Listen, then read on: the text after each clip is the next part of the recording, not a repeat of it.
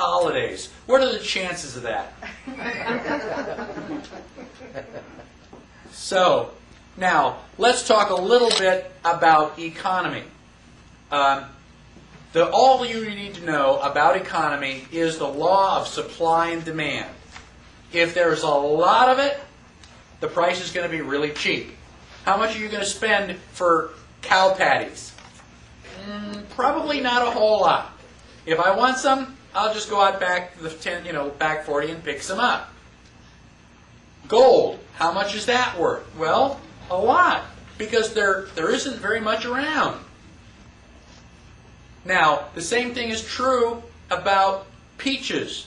If I'm a peach farmer and I got 1 million peaches, and I sell my 1 million peaches this year, let's say I sell them at 25 cents a piece.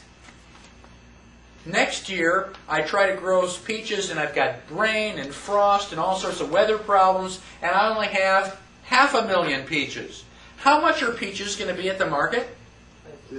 About 50 cents. The price is going to go up. So you've got good years and bad years. This is called market flow. And if people decide they don't want peaches anymore, then the price is going to go down. This is a normal, healthy economy. It's a free market economy. The people set the price based on what they're willing to pay. Now, we got the Federal Reserve that comes in and says, hey, this bad years, good years, bad years, good years, that's got to stop. We want to have just like a smooth, steady, flow. So we're going to set up the Federal Reserve so that we eliminate inflation and deflation.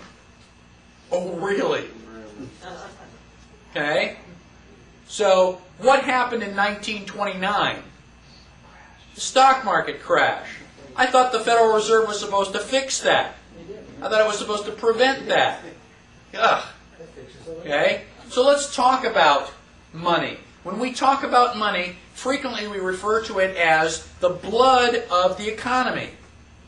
Excellent, excellent metaphor. Because it circulates. If I buy something for $1 and he buys something, he buys something, he buys something, and then they buy it for me, that $1 bill has gone around through all of us, and basically it's just an exchange. Just a placeholder. What happens if you have too much blood and your blood pressure goes up? Is that good for you? No. What happens if you accidentally slice your wrist and you start to lose blood? Is that good for you? No. There's a certain range. Too much is not good, not enough is not good. There's a certain limit in the middle where you need to have, in order to have a healthy body. Same thing is true of money.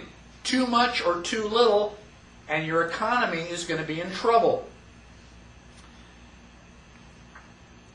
I'm going to oversimplify this, just so that, nobody can miss it. Let us pretend for the next 10 minutes that the only thing to buy or sell in the United States are bales of hay. Everything else you just kind of grow yourself. The only thing we're going to buy or sell are bales of hay. There are exactly 1 million bales of hay. There are also exactly 1 million paper dollars. How much is a bale of hay? $1. The dollar is worthless. It's just a representation of the bale of hay. So I've got my 100 bales of hay. But I've only got one cow. There's no way that my cow can eat all that hay before it goes, rotten. And plus, I got a little tiny apartment. I don't have a place to store 100 bales of hay. Where would I sleep? So what I'm going to do is I'm going to sell my 100 bales of hay, and I'm going to end up with $100. Isn't that great? So now, $100, I can put that in my pocket. I can carry it, or I can go home, open up the safe, put the money in the safe, take out my trusty rifle, lock the safe, turn on the security alarm, and sit on the couch all night. And I'm wide awake because I've been drinking coffee. I am just one wired so-and-so. And I'm going to protect my $100. Now, overnight, the Federal Reserve decides to print and distribute another 1 million paper dollars. So I wake up, the sun comes up, it's breakfast. Now there are 2 million paper dollars and still 1 million bales of hay. How much is a bale of hay? Bale of hay is worth $2. Bale of hay is worth $2. I go into the safe and I bring out my $100. How many bales of hay can I buy? 50. So, without triggering the alarm, without walking past me and my rifle, without even opening up my safe, the government has stolen 50% of my buying power. That is why inflation is evil. Because they're stealing from you and you don't even know it. How did we get into trouble in the first place? Why did we write the Constitution? Because each of the colonies was printing money. They were suffering from inflation. After World War I, Germany had a 5,000% inflation rate. Whatever cost you $1 in January cost you $50 in December.